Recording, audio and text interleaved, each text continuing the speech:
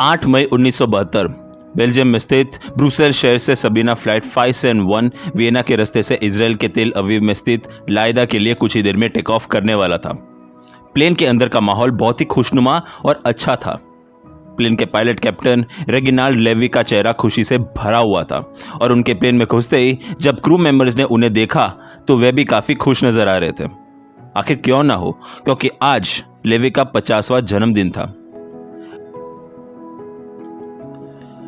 50 वर्षीय captain levy एक समय इजराइल एयरफोर्स पायलट थे। इंग्लैंड के ब्लैकपूल में एक जू परिवार में उनका जन्म हुआ। कैप्टन लेवी का इजराइल और खास करके जेरूसलम से गहरा रिश्ता था। इजराइल के बनते ही उन्होंने अपनी सारी जिंदगी इजराइल में बिताने का निर्णय किया। अगर उनके मिलिट्री करियर की बात करें तो वे द्वितीय विश्व युद्ध के दौरान जर्मनी में स्ट्रेटेजिक बॉम्बिंग मिशंस में हिस्सा लिया। कैप्टन लेवी इस वक्त जल्द से जल्द प्लेन को टेक ऑफ करवाने की प्रतीक्षा कर रहे थे ताकि वे जल्दी से फर्स्ट क्लास कैबिन में अपनी पत्नी देबोरा के साथ जन्मदिन मना सके। उनकी पत्नी देबोरा भी काफी उत्सुक थी सेलिब्रेशन के लिए। आखिर कुछ ही देर बाद सबीना फ्लाइट 571 ने टेक ऑफ किया। प्लेन यूगोस्लाविया पर उड़ान भर रहा था। सब कुछ सही चल रहा था, यह सोचकर कैप्टन लेवी अपनी जगह से उठने ही वाले थे कि उनके पीछे से एक बंदूक उनके गर्दन की तरफ किसी ने रखा। कैप्टन लेवी को कुछ समझ में ना आया। वह बगल बैठे को पायलट की तरफ देखे तो को पायलट जेन पेरे एरेंस के सिर पर किसी ने उन्हें भी बंदूक के नोक पर बैठा रखा। डर से दोनों का गला सूख रहा था। वह समझ गए कि किसी ने प्लेन को हाईजैक कर लिया। कुछ ही देर बाद प्लेन के अलग अलग टॉयलेट से 2 लोग बंदूक लेकर बाहर निकले और सभी पैसेंजर्स की तरफ पॉइंट किया।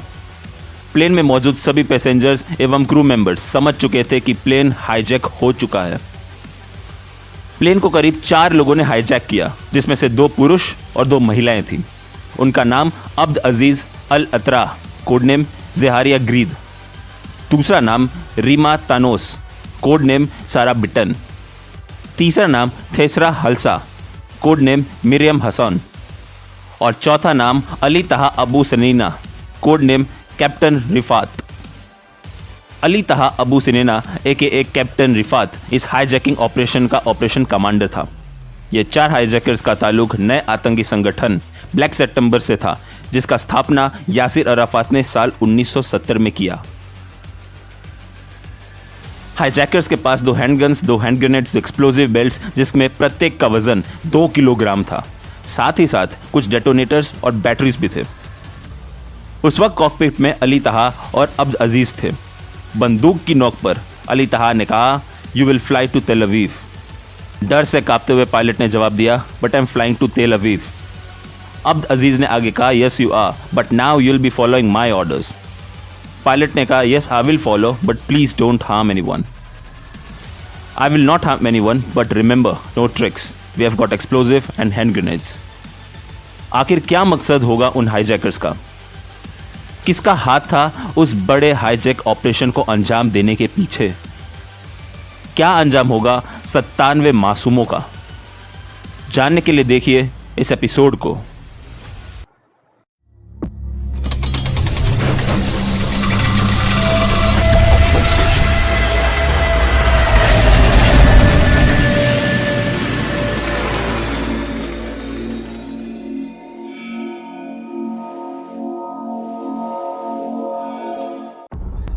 सबीना फ्लाइट 571 को हाईजैक करने की प्लानिंग ब्लैक सितंबर चीफ अली हसन सलमा का था।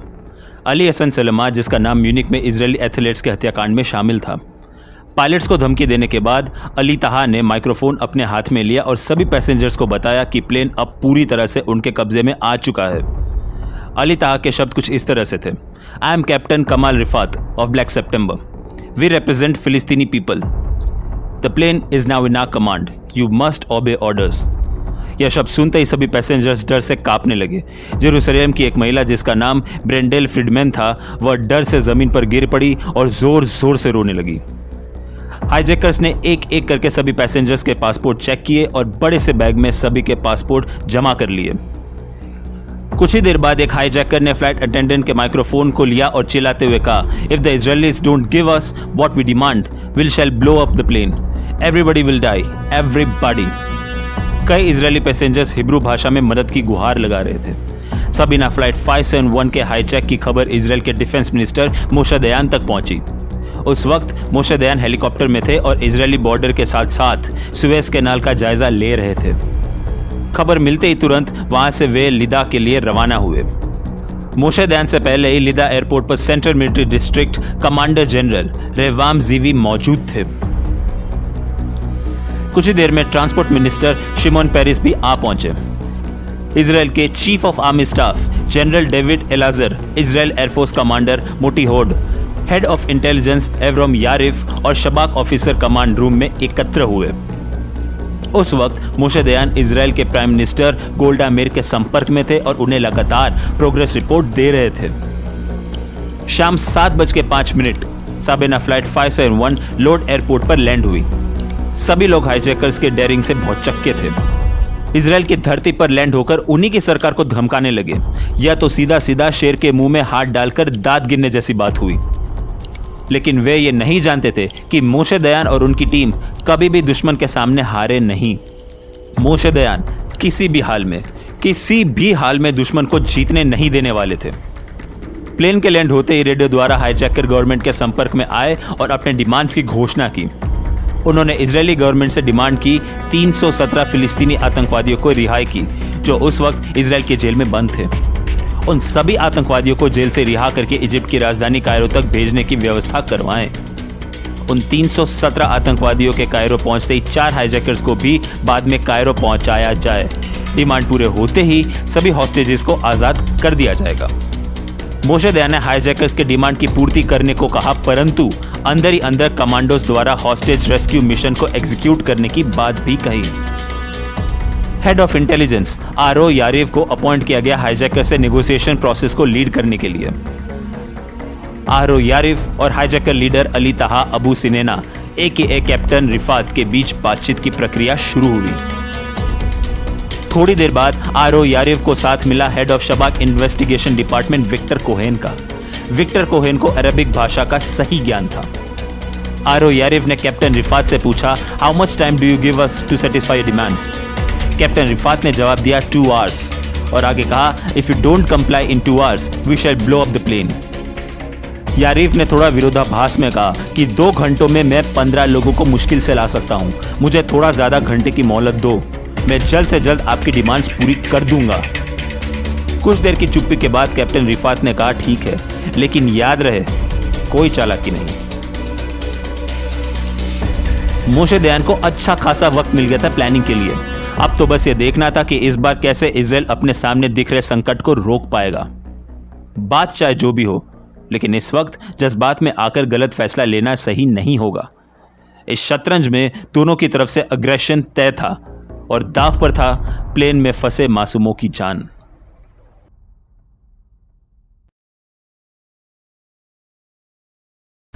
इस हॉस्टेज रेस्क्यू मिशन की जिम्मेदारी इजराइल के number 1 counter terrorism elite unit Sayeret Matkal को मिली। सेराट मटकल उन एलिट यूनिट में से है जिसने युद्ध के मैदान में बहुत कम या फिर एक बार भी शिकस्त नहीं खाई। इस number 1 counter terrorism elite unit की रचना सन 1954 में हुई थी।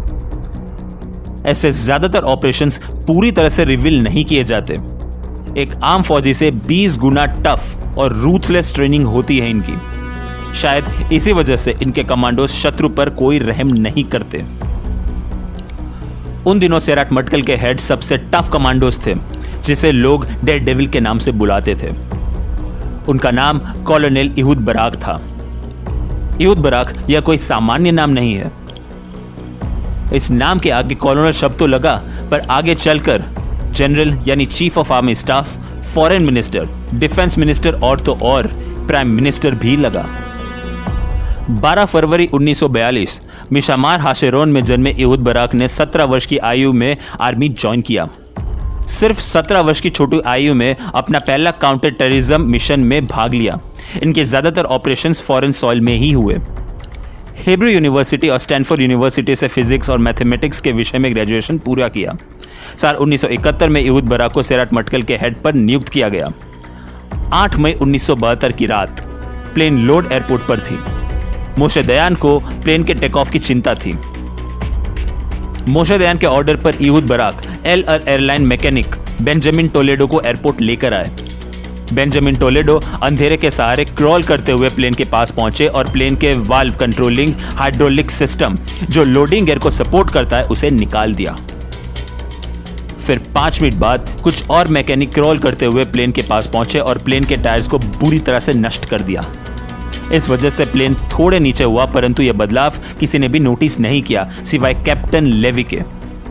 वाल्व के निकलने की वजह से तेल बह गया। कुछ देर बाद मोशे दयान ने कैप्टन लेवी के साथ संपर्क किया। दोनों के बीच बातचीत हुई। मोशे दयान ने कहा, tell those guys that they can't take off. जवाब में कैप्टन लेवी ने कहा, आई ऑलरेडी हैव। आगे कहा, please send someone to repair the hydraulic gear. सामने से जवाब आया, यस आई विल सेंड। रात 1:30 बजे हाइड्रोलिक गियर रिपेयर की बात सुनकर कैप्टन रिफात का गुस्सा बढ़ गया और तुरंत विक्टर कोहेन से बात की और 1 घंटे में हाइड्रोलिक गियर को ठीक करने की बात कही।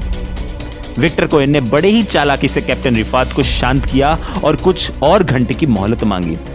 रिफात मान गया और सुबह 8 बजे तक का वक्त दिया। मैकेनिक के साथ अंधेरे का सहारा लेकर सैलाट मटकल कमांडोस प्लेन के चारों तरफ फैल गए और मोशे दयान से प्लेन में घुसने की इजाजत मांगी। मोशे दयान और chief of army staff David Elazar ने मना किया और सही समय की प्रतीक्षा करने को कहा। रात के 3 बज चुके थे। मोशे दयान कमांड रूम में जा पहुंचे। वहां उन्होंने देखा कि सभी ऑफिसर्स सोए थे। थकान के मारे मोशे दयान आगे बढ़े और ऑफिसर्स के बीच पड़े खाली सोफा पर लेट गए। सुबह 9 बजे रेड क्रॉस ऑफिशियल्स एयरपोर्ट पहुंचे और उन्हें प्लेन में घुसने की इजाजत मिली। कुछ देर प्लेन में रहने के बाद वे टर्मिनल में वापस आ पहुंचे। टर्मिनल पहुंचते ही प्लेन के अंदर के सिचुएशन की बात कही। प्लेन का माहौल बिल्कुल भी अच्छा न था। खाना और पीना खत्म हो चुका था और एयर कंडीशनिंग ने भी काम करना बंद कर दिया। रेड क्रॉस के दूत ने मोशे दयान से डिमांड की पूर्ति के बारे में पूछा और उन्होंने डिमांड को जल्द से जल्द पूरा कर देंगे ऐसा आश्वासन भी दिया। लोड एयरपोर्ट में रोजाना की तरह काम जारी था। पैसेंजर्स की लगातार भीड़ टर्मिनल में जारी थी। कॉकपिट पर कैप्टन लेवी अकेले बैठे थे। उनके पास अब्द अजीज अल अतरास आ पहुंचे बंदूक के साथ। कैप्टन लेवी ने सोचा कि यही सही मौका है और सीधा अतरास पर हमला किया और बंदूक छीन लिया। बंदूक हाथ में लेते ट्रिगर खींच लिया, लेकिन कुछ न हुआ। दूसरी बार प्रयास किया, परंतु फिर भी कुछ न हुआ। फिर पता चला कि गन का सेफ्टी कैच ऑन था। हाईजैकर ने तुरंत कैप्टन लेवी के हाथ से बंदूक छीन ली। अपने सिर पर बंदूक को देख वह रोने लगा और हाईजैकर से हाथ जोड़ते हुए कहा कि मुझे मत मारो। अगर मुझे मार दिया तो तुम्हारी सारी प्लानिंग बर्बाद हो जाएगी। हाईजैकर ने गुस्सा दिखाते हुए कहा, मुझे तो इसी वक्त तुम्हें गोली से उड़ा देना चाहिए, मगर तुम्हारी बात भी सही लग रही है। इस जगह से बाहर निकलने के लिए तुम्हारी जरूरत पड़ेगी। कैप्टन रिफात कॉकपिट आ पहुंचे। अब सब्र शक्ति ने जवाब दे दिया। उनको लगने लगा कि इजरायली सरकार उन्हें हल्के में ले रही है। ऐसे में समझाना जरूरी बन चुका था। कैप्टन रिफात ने कैप्टन लेवी के हाथों में बैग पकड़ा दिया। उस बैग में एक्सप्लोजिव्स थे। कैप्टन लेवी को प्लेन से बाहर भेजा और कंट्रोल टावर में जाकर अथॉरिटीज से मिलने को कहा। कैप्टन रिफात अथॉरिटीज को साफ साफ संदेश देना चाहते थे कि उनके पास एक्सप्लोजिव्स और हथियार की कोई भी कमी नहीं। अगर जरा सी भी चालाकी की तो प्लेन को उड़ाने में जरा भी समय नहीं लगेगा। अगर कैप्टन लेवी नेगेटिव जवाब लिए वापस लौटा या फिर वापस ही ना आया तो प्लेन को उड़ा दिया जाएगा। कैप्टन लेवी ने धैर्य से काम लिया और कंट्रोल टावर की तरफ आगे बढ़े। उनका सबसे पहले फिजिकल चेकिंग और फिर मोशे दयान और डेविड एल्जार से उनकी मुलाकात करवाई। कुछ समय में कैप्टन रिफात की पहचान शबाक इंटेलिजेंस ऑफिसर द्वारा हुई। कैप्टन रिफात एक सीरियल हाईजैकर था। इससे पहले वर्ष 1968 अल्जीरिया की तरफ रूट की गई एल प्लेन को हाईजैक किया। फिर फरवरी 1972 लुफ्थांसा प्लेन को हाईजैक किया जिसका रूट अदेन की तरफ था। कैप्टन लेवी की मुलाकात मोशे दयान और जनरल डेविड एल्जार से हुई। कैप्टन लेवी ने प्लेन के अंदर की सिचुएशन के बारे में बताया। कुल 4 हाईजैकर्स हैं, 2 पुरुष और 2 महिला। 2 महिलाओं के बदन पर एक्सप्लोजिव बेल्ट्स लगे हुए थे। सभी के पास हैंड ग्रेनेड्स थे।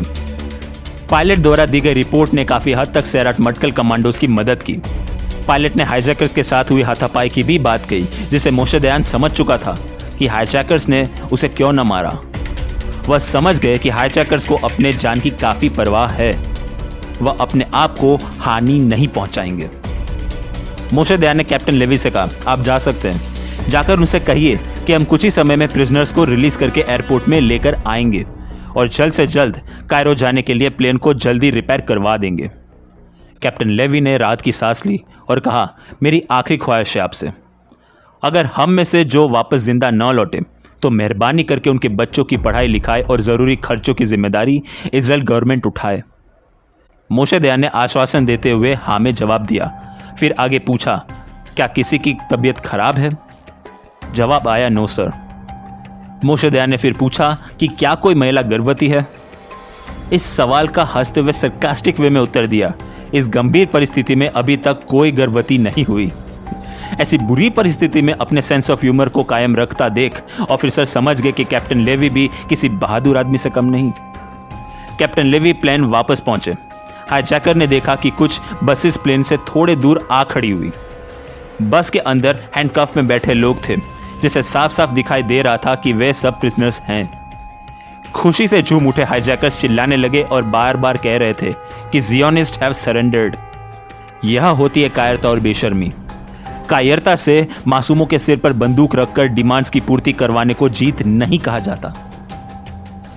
शायद इन मूर्खों को यही नहीं पता था कि जिससे वे उलझ रहे थे वे कोई मामूली देश नहीं बल्कि लोहे का जिगर रखने वाला देश इजराइल है।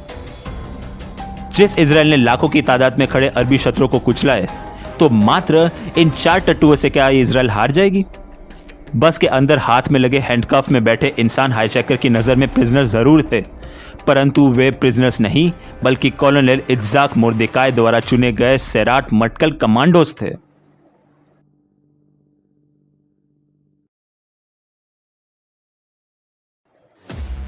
बस के आते ही स्मॉल व्हीकल कॉन्वॉय सबेना प्लेन के पास आई, जिसमें कई टेक्नीशियंस और मैकेनिक मौजूद थे। कुल 16 मैकेनिक्स थे, पर वह असल में सेराट मटकल कमांडोज थे। उन सभी कमांडोज को लीड कर रहे थे उजी दयान। उजी दयान मोशे दयान के भतीजे और साथ ही साथ भविष्य में सेराट मटकल के हेड कमांडर भी थे। उस वक्त उजी दयान सिक लीव पर थे, लेकिन मिशन के बारे में सुनते ही तुरंत एयरपोर्ट पहुंच गए। सेराट मटकल को एक वॉलंटियर की जरूरत थी। 3 कमांडोज के नाम रखे गए। उनके नाम थे डैनी यातोम, मोर्देकाई रमीम और Benjamin Netanyahu. Operation commander colonel Ehud Barak ने 2 नाम को चुना, एक बेंजामिन नेतन्याहू और दूसरा उनके बड़े भाई योनी नेतन्याहू।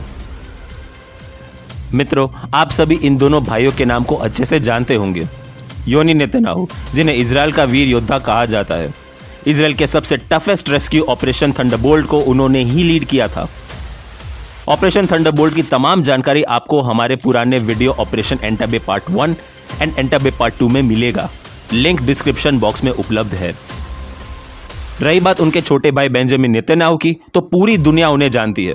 हाल में इजराइल के प्रधानमंत्री में वह देश की सेवा कर रहे हैं। उन्हें इजराइल इतिहास का सबसे चहीता एवं लंबे समय तक प्रधानमंत्री पद पर बने रहे राजनेता के नाम से जाने जाते हैं। आखिर दोनों भाइयों में से कॉलोनल इहूद बराक ने कैप्टन बेंजामिन नेतन्याहू को चुना, जो सेराट मटकल कमांडो थे। ऑपरेशन को एग्जीक्यूट करने के मामले में सेराट मटकल के सामने एक बड़ी समस्या थी। आखिर कैसे हैंडगन का उपयोग किया जाए? सभी कमांडोज ने आज तक बड़े बड़े वेपन से ही लड़ाई की, तो फिर हैंडगन का कैसे इस्तेमाल कर पाएंगे? इस समस्या का हल सेराट मटकल को दिखा मोर्देकाई रमीम में। मोर्देकाई को सेराट मटकल कमांडो सुपरमैन के नाम से बुलाते थे, क्योंकि 18 फरवरी 1969 में एल फ्लाइट 432 को कुछ हाईजैकर्स ने हाईजैक कर लिया था। तभी मात्र एक हैंडगन से मोर्देकाई रमीम ने सामने खड़े सब मशीन गन से लैस 4 हाईजैकर्स को ध्वस्त कर दिया था। सबेना फ्लाइट 571 रेस्क्यू ऑपरेशन के आखिरी समय में मोर्देकाई को बुलाया गया। मोर्देकाई तेल अवीव से बाहर थे। विद द इमीडिएट इफेक्ट के साथ एल प्लेन से लोद एयरपोर्ट पर लैंड किया। वहां पहुंचते ही उनकी मुलाकात उनके सबसे करीबी दोस्त जनरल डेविड एल्जार से हुई। फिर ऑपरेशन की प्लानिंग हुई। कमांडोज की सबसे बड़ी चिंता थी एक्सप्लोजिव्स। टीम का पहला काम होगा एक्सप्लोजिव्स बेल्ट को न्यूट्रलाइज करना। आखिर में कमांडोज तैयार हो गए रेस्क्यू मिशन के लिए। एक छोटी सी कॉन्वॉय सबेना 571 के पास आ पहुंची।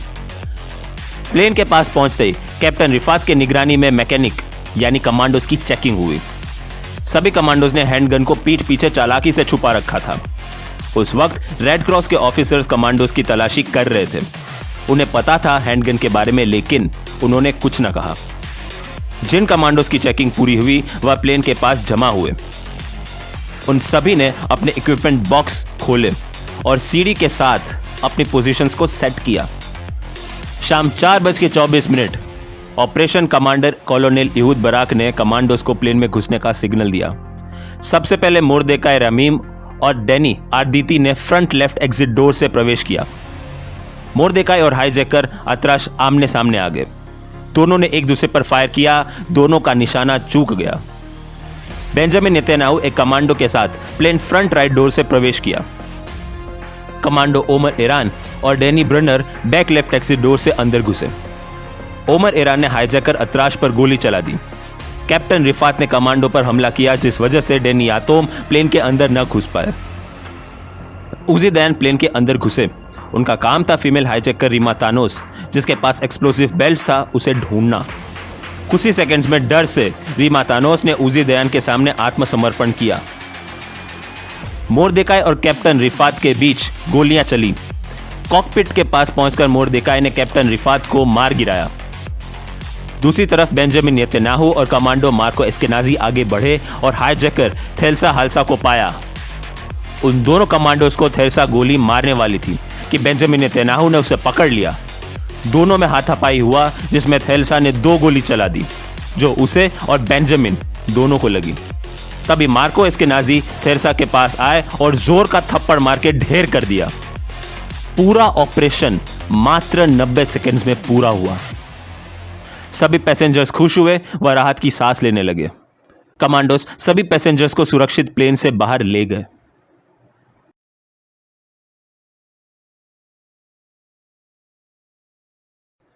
शाम 5:05 मोशे दयान अपने स्टाफ के साथ आए और कमांडोज का अभिनंदन किया। सभी पैसेंजर्स के लिए सेराट मटकल कमांडोज किसी एंजल से कम नहीं थे। ऑपरेशन सबेना में सभी कमांडोज ने अपना उत्तम योगदान दिया। इस ऑपरेशन में बेंजामिन नेतन्याहू घायल हुए। अपने अनुभव को साझा करते हुए बेंजामिन नेतन्याहू ने कहा था कि उस वक्त योनी नेतन्याहू को चुना गया था इस ऑपरेशन के लिए, क्योंकि ऐसे हॉस्टेज क्राइसिस को हैंडल का अच्छा अनुभव उनसे ज्यादा किसी के पास न था। लेकिन सबेना हॉस्टेज क्राइसिस के दौरान वह दूसरे मिशन को लीड कर रहे थे। योनी नेतन्याहू मजाक मजाक में बेंजामिन नेतन्याहू से कहते कि ऑपरेशन सबेना में वह होते तो बेंजामिन घायल ना होता। उस ऑपरेशन को याद करते हुए बेंजामिन नेतन्याहू ने बड़ी अच्छी बात कही। उनके शब्द थे, the terrorist methods have changed, with them the painful price of hits by suicide bombers, missiles and more, but terror won't stop unless we fight it, and the danger won't disappear if we don't address it. बात करें hijacker हाल्सा और Reema Thanos की, तो 14 अगस्त 1972 में उनकी Israeli court में पेशी हुई। इस आतंकी वारदात में उनको दोषी पाया गया और सजा के तौर पे लाइफ इंप्रिजनमेंट मिली, परंतु नवंबर 1983 में जेल से रिहाई मिली। 1982 लेबनान वॉर में प्रिजनर एक्सचेंज के तौर पर सबेना एयरप्लेन का 5 साल तक इस्तेमाल किया गया। फिर उसे इजरायल एयरक्राफ्ट इंडस्ट्रीज ने खरीद लिया। फिर उसे इजरायली एयरफोर्स को बेच दिया गया। उसके बाद सबेना एयरक्राफ्ट का इस्तेमाल एस्पिनाज गतिविधि के लिए इस्तेमाल किया गया। इस ऑपरेशन में कैप्टन रेगिनाल लेवी ने अपना उत्तम योगदान दिया। मोशे दयान ने अलग से उनको मेंशन किया। वर्ष 1982 उन्होंने रिटायरमेंट ले ली। 1 अगस्त 2010 में 88 साल की उम्र में हार्ट अटैक की वजह से उनकी मृत्यु हुई। कैप्टन बेंजामिन नेतन्याहू को उनकी बहादुरी के लिए उनका सम्मान किया गया। इस ऑपरेशन में उन्होंने न सिर्फ एक्सप्लोजिव से लैस हाईजैकर को पकड़ा, बल्कि अपने साथी मार्को एस्केनाजी की जान भी बचाई, जिसकी वजह से उन्हें गोली भी लगी थी। दोस्तों, वैसे तो हर देश की फौज में वीर सिपाहियों की कमी नहीं। वह सभी वीर सैनिक जिन्होंने युद्ध में उत्तम योगदान दिया, आज वह इतिहास में अमर हैं। उन वीर योद्धाओं में से कुछ ही योद्धा ऐसे होते हैं जिनका योगदान 2 युद्ध या उससे भी अधिक होता है। उन योद्धाओं के अचीवमेंट सिर्फ एक युद्ध तक सीमित नहीं होते। उदाहरण तौर पर ऑपरेशन सबेना को ही देख लें। इस ऑपरेशन को लीड किया कॉलोनेल इहूद बराक ने। इहूद बराक ने इससे पहले 6 डे वॉर में हिस्सा लिया। फिर इस ऑपरेशन के बाद सन 1973 Yom Kippur war, operation wrath of God के कई मिशन को फॉरेन सॉइल में लीड किया और उसके बाद 1976 ऑपरेशन थंडरबोल्ट में भी भाग लिया। वर्ष 1991 से 1 जनवरी 1995 तक चीफ ऑफ आर्मी स्टाफ की जिम्मेदारी संभाली। 22 नवंबर 1995 से 18 जून 1996 मिनिस्टर ऑफ फॉरेन अफेयर्स। 6 जून 1999 से 7 मार्च 2001 मिनिस्टर ऑफ डिफेंस और उसी साल के लगभग 6 जुलाई 1999 से 7 मार्च 2001 में प्राइम मिनिस्टर की पद भी संभाली। 18 जून 2007 से 18 मार्च 2013 मिनिस्टर ऑफ डिफेंस की जिम्मेदारी पुनः ग्रहण की।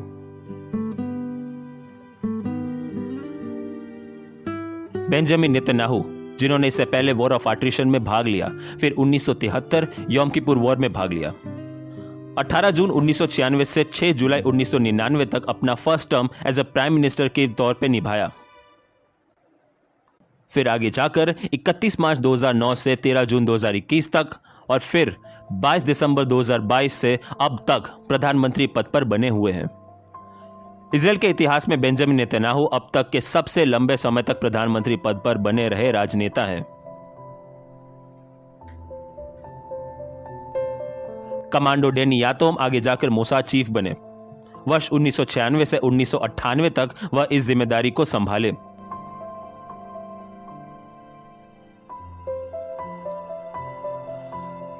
उजी दयान, जो आगे जाकर deputy chief of army staff बने और वर्ष 2000 से 2002 तक इजरायली नेशनल सिक्योरिटी काउंसिल के हेड बने। वर्ष 2002 में उन्होंने मेजर जनरल के पद पर रिटायरमेंट ली।